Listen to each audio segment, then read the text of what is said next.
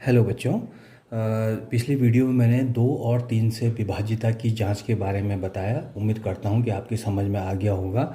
आज मैं आपके लिए फिर एक उसी कड़ी में उसी को हम आगे बढ़ाते हुए 4 से विभाज्यता की जांच के बारे में, यानी जो टेस्ट ऑफ डिविजिबिलिटी बाय 4। ठीक है, इसका मतलब ये हुआ कि हमें कोई संख्या दी हुई है और हमें चेक करना है कि इस दी हुई संख्या में 4 से भाग जाएगा या नहीं। बिना भाग की प्रक्रिया यानी बिना भाग दिए हुए हमें जांच करनी है। तो पहले मैं आपको उदाहरण से समझाऊंगा, फिर हम नियम की तरफ बढ़ते हैं। देखिए, हमारे पास क्वेश्चन है 78,268। इस संख्या को चेक करना है कि क्या इसमें 4 का भाग जाएगा या नहीं। ठीक है, भाग जाने का मतलब पूर्णतः विभाजित, यानी कि शेष 0 आना चाहिए। तो 4 के लिए जो डिविजिबिलिटी टेस्ट है यानी विभाज्यता की जांच है, अगर हमें 4 के लिए चेक करना है तो दी गई संख्या के इकाई और दहाई से मिलकर जो अंक बने हैं, यानी इकाई के और दहाई के अंकों से जो संख्या बनी है, ठीक है, अलग अलग नहीं, इकाई और दहाई से मिलकर बनी संख्या की जांच कर लेते हैं। तो 78,268 में इकाई और दहाई से मिलकर जो संख्या बनी है 68, यानी 68। ठीक है, अब सिर्फ 68 को चेक कर लेते हैं कि 68 में 4 का भाग जाता है या नहीं जाता है, क्योंकि अब हमें सॉर्ट हो गया ये। ठीक है, तो देखिए, अंतिम 2 अंकों से बनी संख्या 68, यानी इकाई और दहाई से बनी संख्या क्या है, 68 है। तो 68 को हम भाग दे के चेक कर लेते हैं। ठीक है, तो पहले 6 में 4 का भाग देंगे। ठीक है, 4 एकम 4, 6 में से 4 गए 2। हमने अब 8 को भी नोट कर लिया, हमारे पास संख्या हो गई 28। 4 का भाग 28 में देंगे, 7 बार 4 सतह 28, शेष 0। 0 का मतलब यही है कि 4 का भाग 68 में पूर्णतः विभाजित हो जाता है। जब शेष फल 0 आता है तो इसका मतलब है पूर्णतः विभाजित होगा। और कितनी बार, 68 बार।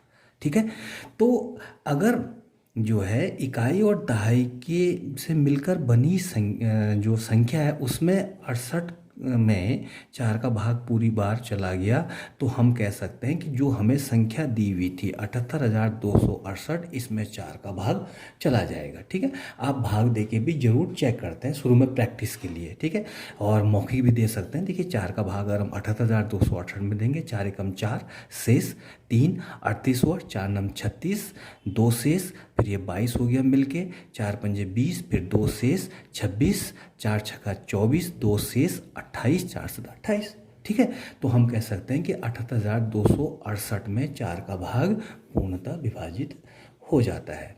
ठीक है, अब हम नियम की ओर बढ़ते हैं। ठीक है, कि किस संख्या में 4 का भाग चला जाएगा। तो इस नियम के लिए मैंने यहाँ पर लिखा हुआ है, इसको हाईलाइट किया हुआ है। ठीक है, काटा हुआ नहीं है, ये हाईलाइट कर रखा है कि कोई भी संख्या 4 से पूर्णतः विभाजित होगी कब, जब उसके अंतिम 2 अंक यानी इकाई और दहाई से बनी संख्या 4 से विभाजित हो। ठीक है, या अंतिम दोनों अंक शून्य हो। ठीक है, तो यहाँ पर दो बातें आपने ध्यान रखनी है। ठीक है, यदि इकाई और दहाई से मिलकर बनी संख्या में 4 का भाग पूरी बार चला जाता है तो पूरी संख्या में 4 का भाग चला जाएगा, या फिर इकाई और दहाई का दोनों का अंक क्या हो, शून्य हो। ठीक है, इसका भी एक एग्जाम्पल हम अभी देखेंगे। ठीक है, नेक्स्ट एग्जाम्पल देखते हैं। ठीक है, ये इस संख्या की हमने जांच करनी है। ठीक है, पढ़ते हैं इस संख्या को। इकाई, दहाई, सैकड़ा, हजार, 10,000, लाख, 10 लाख, 98,73,504। इस संख्या की जांच करनी कि क्या इसमें 4 का भाग पूरी बार जाएगा या नहीं। तो उस रूल को यहाँ अप्लाई करते हैं, 4 की विभाज्यता का नियम, कि हमें सिर्फ इकाई और दहाई का अंक देखना है। तो इकाई और दहाई से मिलकर संख्या है 0,4। ठीक है, मैंने पहले भी कहा है कि 0,4 का हम अगर 4 भी लिखें, ठीक है, तब भी हमारा उत्तर वही आएगा, यानी 0,4 का मतलब 4 ही होता है।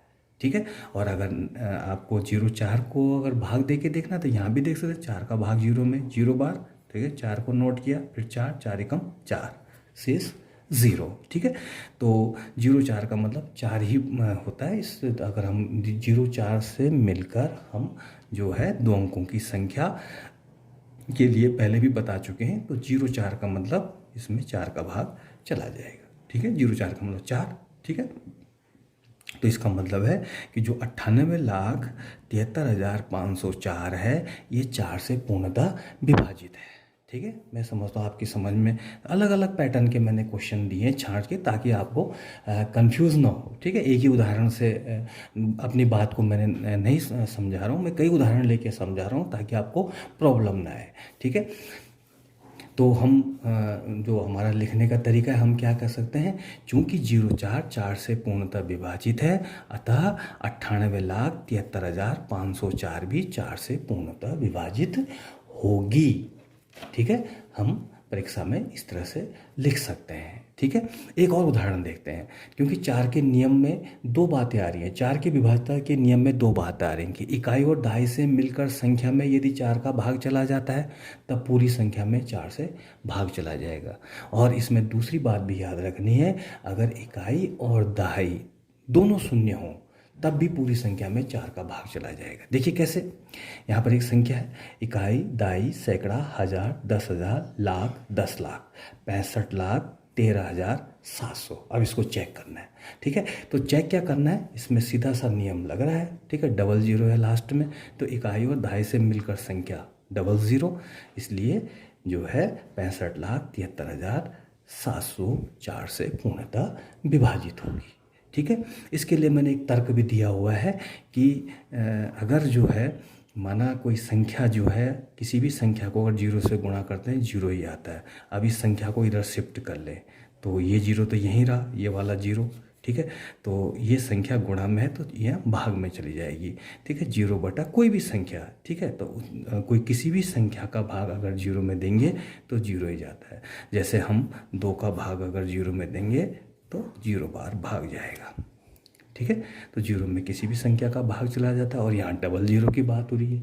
ठीक है, तो 4 के लिए ये जरूरी है कि यहाँ 2 शून्य होने जरूरी है, इकाई और दहाई को मिलाकर। ठीक है, तो मैं समझता हूँ कि 4 की विभाजिता का नियम आपको पूरा समझ में आ गया होगा। ठीक है, एक बार और देख लेते हैं कि 4 की विभाजिता की जांच के लिए कि अगर हमें कोई संख्या दी हुई है और हमें ये चेक करना है कि इसमें 4 का भाग जाएगा या नहीं जाएगा, तो नंबर 1 बात, ठीक है, इकाई और दहाई से जो मिलकर संख्या है, 2 अंकों की इकाई और दहाई से मिलकर जो बनी संख्या है, यदि उसमें 4 का भाग पूरी बार चला जाता है तो पूरी संख्या में 4 का भाग चला जाएगा। पहला एग्जाम्पल।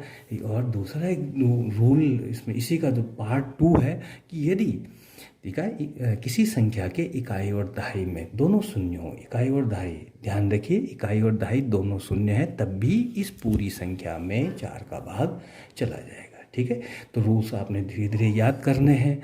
ठीक है, अब देखिए एक एग्जाम्पल और देखते हैं कि क्या लिखा हुआ है। देखिए ये क्वेश्चन जो है वो नवोदय विद्यालय की परीक्षा में पूछा गया है। देखिए, बिना भाग दिए जांच कीजिए कि संख्या 9, 3, 7, 5, 8, 1, 1, 1। ठीक है, कैसे पढ़ेंगे, इकाई, दाई, सैकड़ा, हजार, 10,000, लाख, 10 लाख, 93,75,811। ये हमारे पास एक संख्या है। ठीक है, और हमसे पूछा गया है कि बिना भाग दिए हमें ये जांच करनी है कि ये संख्या 4 से पूर्ण विभाजित है या नहीं। ठीक है, तो 4 का जो नियम है, ठीक है, उसमें दो नियम इंक्लूड हो रहे हैं, शामिल हो रहे हैं। देखिए, हमारे पास सबसे पहले हम लिखेंगे दी गई संख्या, यानी जिस संख्या की हमें जांच करनी है हमने यहाँ पर लिख दिया। हमारे पास जो दी गई संख्या है वो 93,75,811 है। हमें करना क्या है, हमें ये चेक करना है कि इसमें 4 का भाग पूरी बार जाएगा या नहीं, वो भी कैसे, बिना भाग दिए हुए जांच करनी है। ठीक है, तो हमने कहा था 4 के जो रूल है 4 के लिए चेक करने का, यदि इकाई और दहाई का जो अंक हैं उनसे मिलकर जो संख्या बनी है उसमें अगर 4 का भाग जाएगा तो पूरी संख्या में 4 का भाग जाएगा। अब आप देखिए, इकाई और दहाई से मिलकर बनी संख्या कितनी है, 11। अब भाई अब जो है 4 के पहाड़े में तो 11 आता ही नहीं है, या हम ये कह सकते हैं कि 4 का भाग 11 में पूरी बार नहीं जाता, शेष 0 आ जाता ना, शेष 0 कितना आएगा, 3 आएगा, सॉरी। ठीक है, तो 4 का भाग जब 11 में देंगे तो 4 दूनी 8, शेष 3, तो पूरी बार तो भाग गया ही नहीं। ठीक है। तो हम क्या लिखेंगे कि चूंकि 11 4 से पूर्णतः विभाजित नहीं है। आप ये भी लिख सकते हैं कि चूंकि 11 में 4 का भाग पूरी बार जाता ही नहीं है। तो जब 11 में 4 का भाग पूरी बार नहीं जाएगा तो जो पूरी संख्या दी हुई है 93,75,811 में 4 का भाग पूरी बार नहीं जाएगा। या ऐसा भी लिख सकते हैं कि 93,75,811 4 से पूर्णतः विभाजित नहीं होगी। समझे बच्चों? तो मैं समझता हूँ कि आपको 4 का विभाजिता का नियम समझ में आ गया होगा। ठीक है, अब आपने भी कुछ करना है भाई, मैं तो कर लिया अपने हिस्से का। ठीक है, तो आपके लिए एक प्यारा सा होमवर्क आपने करना है। ठीक है, इसको जो सॉल्व करना है, पहले प्रश्न पढ़ लेते हैं कि निम्न में से कौन सी संख्याएं 4 से पूर्णतः विभाजित होंगी। ठीक है, ये जितनी संख्याएं मैंने कितनी संख्याएं लिखी हैं, 17 संख्याएं लिखी हैं। ठीक है, खूब प्रैक्टिस करनी है आपने, इतनी प्रैक्टिस कर लोगे तो बहुत है। ठीक है, कभी नहीं भूलोगे। तो इनको चेक करना है कि किन में 4 का भाग जाएगा और किन में नहीं जाएगा। तरीका हमने यही बताया है, इस तरीके से आपने करना है लिखने का तरीका।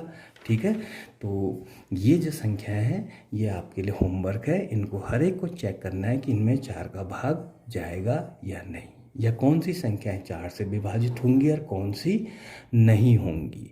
ठीक है, तो मैं समझता हूँ आपकी जो है समझ गए होंगे। अगर फिर भी आपकी समझ में नहीं आता तो आप मुझे मैसेज लिख के भेज सकते हैं कि सर एक बार और समझाइए, या कोई और आपके पास उदाहरण है जिसको चेक करना हो। ठीक है, तो कल हम नए एक वीडियो के साथ मिलेंगे जिसमें हम 5 की विभाजिता की जांच के बारे में पढ़ाएंगे।